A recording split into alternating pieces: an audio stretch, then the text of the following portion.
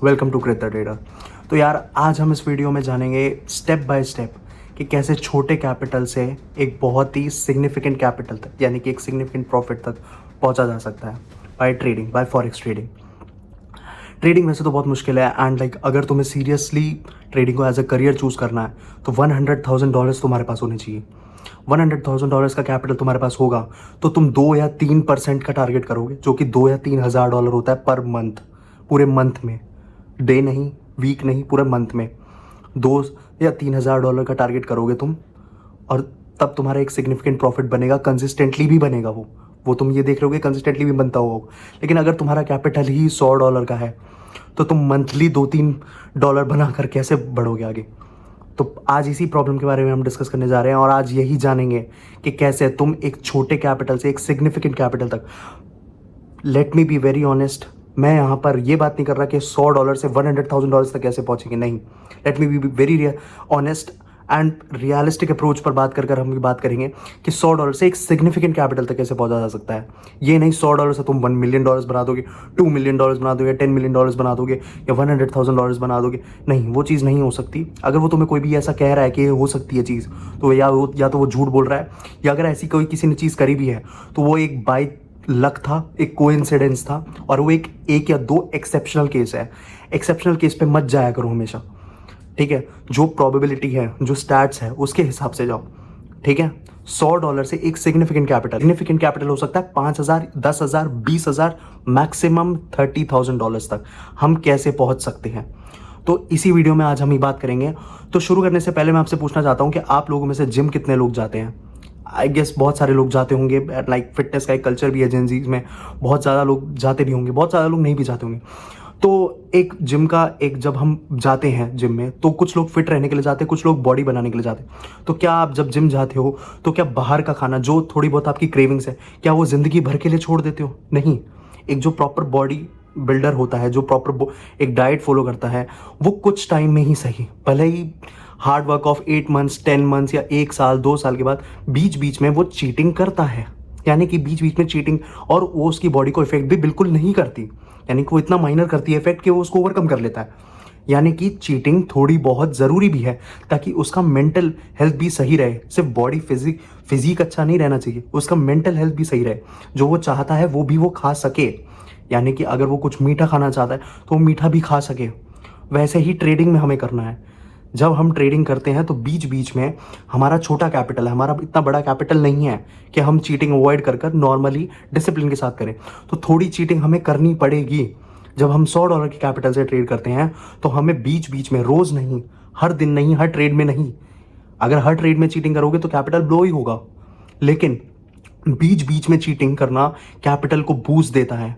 तुम्हारा कैपिटल में जो प्रॉफिट जनरेट होता है वो एक बूस्ट का काम करता है, जिससे तुम्हारा मोटिवेशन भी बना रहता है उससे, और तुम्हें कॉन्फिडेंस आता है कि यस, मैं शायद सच में पहुंच सकता हूं।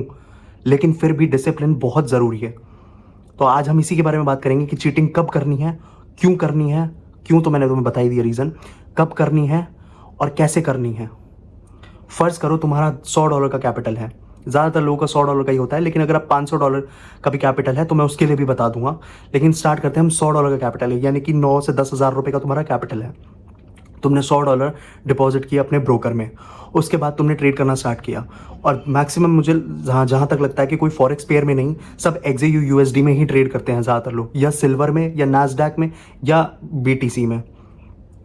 लेकिन हम इस एग्जाम्पल के लिए गोल्ड को एक एग्जाम्पल लेके चलते हैं कि फर्ज करते हैं कि आप लोग गोल्ड में ट्रेड करते हो, XAU USD में। तो कैसे आप $100 से एक सिग्निफिकेंट कैपिटल तक बना पाओगे? तो अगर आपका $100 का कैपिटल है तो आप स्टार्ट ट्रेडिंग विद 0.01 लॉट, सबसे छोटा लॉट जो आपका ब्रोकर प्रोवाइड करता है, सबसे छोटा लॉट 0.01 से आप प्रॉफिट करना स्टार्ट करोगे, और उसमें आप प्रॉफिट करोगे सबसे पहले $5 से $10 के बीच में, उस प्रॉफिट को क्लोज करोगे।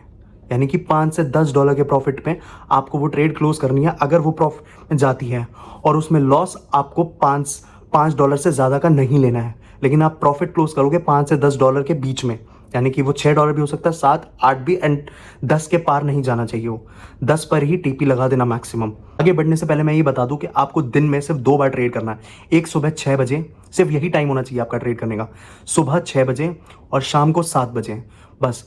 इसके अलावा अगर आपसे गलती से कभी भी टाइम मिस हो गया है तो आप उस दिन ट्रेड नहीं करेंगे। आप मार्केट में 5 बजे सुबह बैठ सकते हैं, लेकिन ट्रेड आपकी पहली 6 बजे ही के बाद ही लगेगी। आप शाम को भी मार्केट में 6 बजे बैठ सकते हैं, लेकिन 7 बजे के बाद ही आपकी मार्केट में ट्रेड लगेगी। बस। अब हम आगे बढ़ते हैं। तो $100 का कैपिटल मैं मानता हूं कि आपका प्रॉफिट हो गया है, जो कि आई विश हो कि $100 से आपने $10 बना लिए। अब आपके पास $10 का प्रॉफिट है। अब उस $10 के प्रॉफिट से आपको दोबारा अगले दिन जाकर ट्रेड लेनी है। अब मैं ये मानता हूं अगले दिन आपसे $5 बना पाए, तो यानी कि 2 दिन का प्रॉफिट आपका हो गया $15 का। यानी कि अब तीसरा दिन आता है। अब हम लॉट साइज को कर देंगे 0.03, और इसमें आपका लॉस $10 से ज़्यादा नहीं होना चाहिए, लेकिन इसमें हम प्रॉफिट $10 से $15 के बीच में लेंगे। यानी कि 11 भी ले सकते हो, $12 का भी प्रॉफिट बुक कर सकते हो, लेकिन मैक्सिमम $15 तक हम इसमें प्रॉफिट बुक करेंगे। अगर हम ये मानते हैं कि हमने मिनिमम $10 का भी इसमें प्रॉफिट बुक किया, तो अब आपका प्रॉफिट हो गया है $125 का। पहले का 15 और अब का $10। तो ये टोटल हो जाता है आपका कैपिटल $125 पे पहुंच गया है। और इन केस अगर आपका ये बड़ा लॉट लेने पे, अगर ये स्कैल्पिंग होगी एक तो, और अगर ये आपका बड़ा लॉट लेने पर भी अगर आपका लॉस भी हो जाता है, तो आपका $10 का लॉस होगा। यानी कि अभी आप $5 के प्रॉफिट में ही हो अपने कैपिटल से। तो डरने की कोई बात नहीं है, सेम स्टेप से रिपीट करो स्टार्टिंग से एंड आगे पहुंचो। नेक्स्ट, अगर आपका $125 के प्रॉफिट पे आप बैठे हो, उसके बाद सेम आपको चीज़ रिपीट करनी है अगले हफ्ते भी, एंड अगले हफ्ते यही चीज़ रिपीट करते करते एंड डिसिप्लिन के साथ सिर्फ 3 से 4 ट्रेड लेनी है। बस, इससे ज़्यादा ट्रेड नहीं लेनी। टाइम का ध्यान रखना। टाइम का ध्यान रखोगे तो टाइम भी आपका ध्यान रखेगा। मार्केट में जल्दी किसी बात की मत करना। और ऐसे करते करते करते लॉट साइज बढ़ाते बढ़ाते हफ्ते में सिर्फ आपको एक बार लॉट साइज बढ़ाना है अपना। और कैसे बढ़ाओगे ये भी मैं बता देता हूँ। यानी कि जो आप लॉट साइज लगा रहे थे पहले, मतलब जो आप नॉर्मल डे पे लॉट साइज लगा रहे हो, यानी कि अगर आप $200 के कैपिटल पे पहुंच जाते हो, तो आपका 0.02 का डेली लॉट लगेगा। 0.01 का लगा रहे थे हम नॉर्मली, अब 0.02 का लगेगा। जैसे ही $300 पे कैपिटल पे पहुंच जाओगे तो 0.03 का, फिर 0.04 का। अब जो एक दिन आता है बीच में, यानी कि वो वेंसडे का दिन होगा, वो वेंसडे के दिन पे आपको लॉट साइज इंक्रीज करना है और सुबह या शाम को ट्रेड लेनी है आपको, जब भी आपको सही लगे सुबह या शाम को ट्रेड लेनी है। और अगर आपका लॉस हो जाता है उसी टाइम उसको रिकवर करने के लिए बड़ा लॉट यूज़ मत करना, क्योंकि बहुत सारे लोग यही गलती करते हैं कि अगर छोटे लॉट पे थोड़ा सा भी लॉस हो जाए तो उसको रिकवर करने के लिए बड़ा लॉट यूज़ कर लेते हैं। वो सबसे बड़ा ब्लंडर है, क्योंकि अगर आपने बड़ा लॉस रिकवर करने के लिए यूज़ कर लिया तो वो आपका और लॉस कर देगा। पहले ही आपका कैपिटल रेड में जा चुका है, एक लॉस में जा चुका है। अब उसको रिकवर करने के लिए, वो प्रॉफिट को रिकवर करने के लिए आप अपना कैपिटल पूरा दांव पर लगा रहे हो। वो चीज़ नहीं करनी है।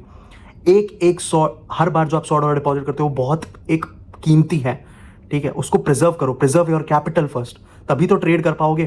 कैपिटल ही नहीं बचेगा तो ट्रेड कैसे कर पाओगे? पैसे तो बाद में बनाओगे ना, जब कैपिटल बचेगा।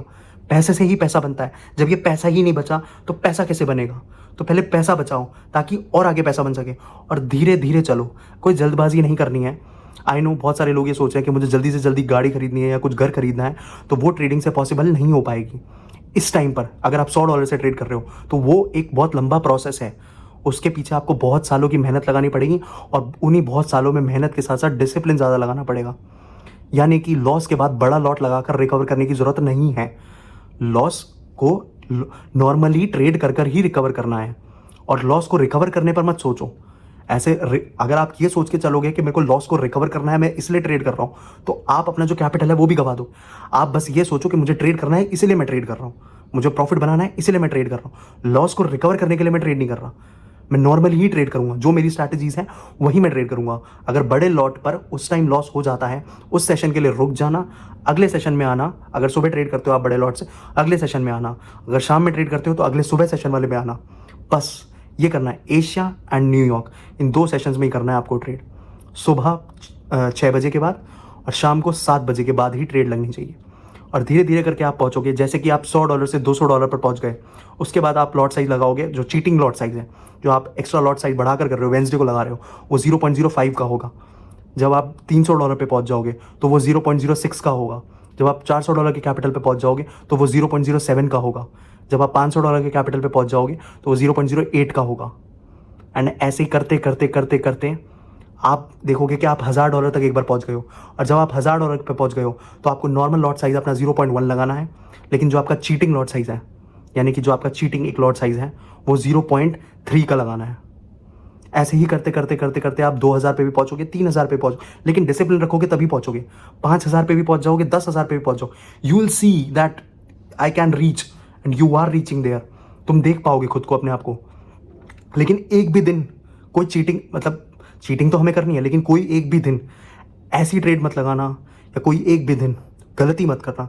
एक दिन गलती हो गई तो यानी कि वो कैपिटल चला जाएगा तुम्हारा। एक भी दिन गलती नहीं करनी है, ये बात जहन में बिठा लो।